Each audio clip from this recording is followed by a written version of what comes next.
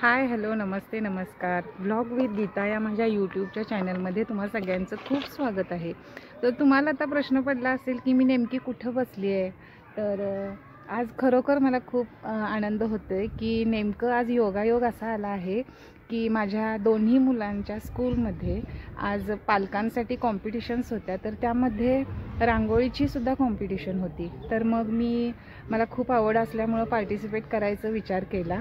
तर त्याप्रमाणे आज मी शाळेमध्ये आली आहे आणि माझी मुलं जिथं लहानाची मोठी झालीत, ज्या शिक्षकांनी माझ्या मुलांना घडवलं त्या माझ्या ह्या शाळेमध्ये मी आज तुम्हाला घेऊन आलेली आहे.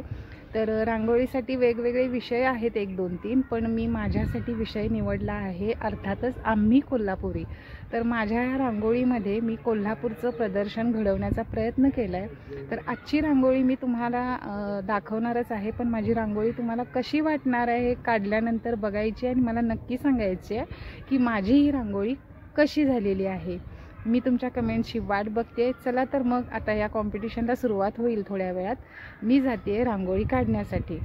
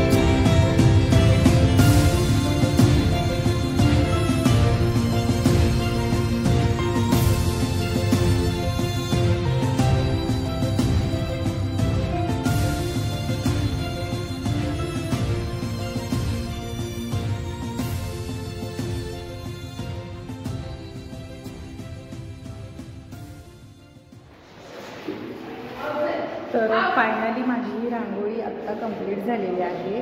तर रांगोळी आजची तुम्हाला कशी वाटली आजच्या रांगोळीमध्ये आम्ही कोल्हापुरी ही थीम यूज केलेली आहे। तर कोल्हापूरची स्पेशालिटी असणारी ही रांगोळी जिच्यामध्ये कोल्हापुरी थाळी आहे, गूळ आहे, कोल्हापूरचा फेटा आहे, कोल्हापुरी साज आहे।